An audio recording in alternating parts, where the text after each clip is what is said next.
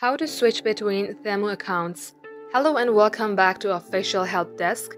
In today's video, I'm going to show you how you can switch between your multiple Temu accounts. So without any further ado, let us jump right into the process. First and foremost, make sure that you are using the latest version of Temu. Head over to your Play Store and search for Temu. In case you see update sign here instead of open, update your app. And once you do so, tap on open. Also make sure that you are logged into your specific Temu account. Then tap on Use section at the bottom page. Under here, tap on Settings icon on your top right. And you will see the option that says Switch Accounts at the second last menu. Tap on Switch Accounts. And if you have added multiple accounts to your Temu app, you will be able to see it right here. From the given list, tap onto the account that you would like to switch to.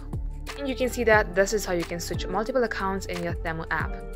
So that is all for today's tutorial. If you would like to see more videos on this topic, then do comment down below and we will get back to you soon with more tutorials like this. In the meantime, what you can do is like this video and subscribe to our channel. Also, don't forget to hit the notification bell to never miss an update from us. Lastly, thank you very much for watching the video till the very end. We will catch you up in our next upload.